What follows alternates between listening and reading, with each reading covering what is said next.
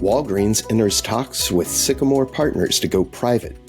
Instacart stock takes a dive, and CSP announces the winners of its 10th annual Category Manager of the Year Awards. Welcome to Retail Daily, your quick look at the top news from Supermarket News and CSP Daily News. I'm Supermarket News Editor Tim Inkelbarger. And I'm Supermarket News Executive Editor Chloe Riley. Walgreens has agreed to settle an arbitration dispute related to a COVID testing contract with Everly Health Solutions for $595 million. The settlement came after an arbitrator had previously issued an award of $988 million, which Walgreens had disputed. In addition, reports surfaced this week that Sycamore Partners, a private equity firm, was again in discussions to take Walgreens private, this time with $10 billion in backing from other investors, including Morgan Stanley, UBS, and other private lenders. CSP announced the winners of its 10th annual Category Manager of the Year Awards on Tuesday during the Convenience Retailing University Conference in Nashville. This was the first time that 2 convenience store category managers were awarded in each of the 7 categories. Winners for both small chains with 99 stores or fewer, and large chain, 100 stores or more, counter, center store, dispensed beverages, food service, loyalty and tech operations, non-alcoholic beverages, and alcohol. Visit cspdailynews.com for a full list of the winners. Instacart's mainly positive fourth quarter results released Tuesday were not enough to ease investor concerns over the San Francisco-based company's disappointing outlook for the current quarter, which drove its stock price down by double digits by Wednesday afternoon.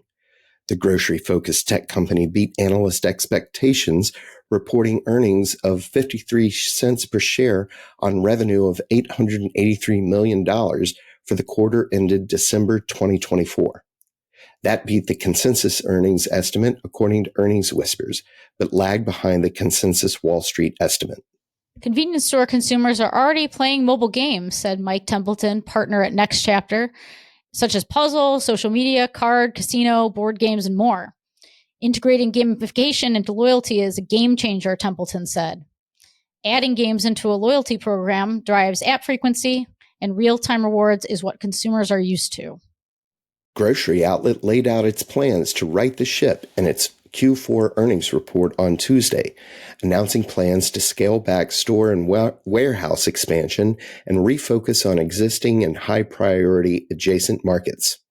The embattled grocery chain, which plans to spend up to $61 million on the restructuring plan, also introduced its newly appointed CEO, Jason Potter, who has previously served as CEO of the Fresh Market and joined Grocery Outlet in late January. The treasure hunt-style grocery retailer plans to open fewer stores than expected, reduce its workforce, and scale back on new warehouses. C-store food service is outpacing QSR. That's according to data shared at CRU Tuesday by Donna Hood-Kreka, a principal with CSP's sister research firm Technomic. Convenience store food service is forecasted to grow 5.7% this year, while fast food growth is predicted to be just 4.7%.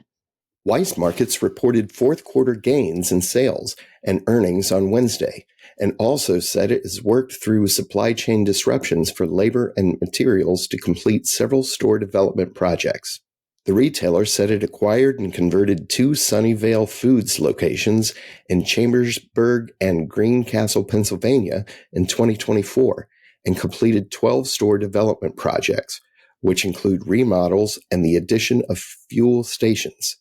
A spokesperson for the retailer told Supermarket News that Weis also has 4 new stores planned in Maryland and Delaware. East Coast convenience store retailer Noria Energy has completed its acquisition of end-market C-stores from the Colonial Group. The transaction, announced on October 31st, has received all necessary regulatory approvals and has been finalized. All 133 end-market locations and 25 car washes are now officially operating under the Noria umbrella. They will continue operating under the end-market brand. And that'll do it for today's episode of Retail Daily. Subscribe on Apple Podcasts, Spotify, and more for your daily dose of retail news. For more on these stories, visit CSP Daily News and supermarketnews.com. I'm Tim Inkelbarger. And I'm Chloe Riley. Have a great day.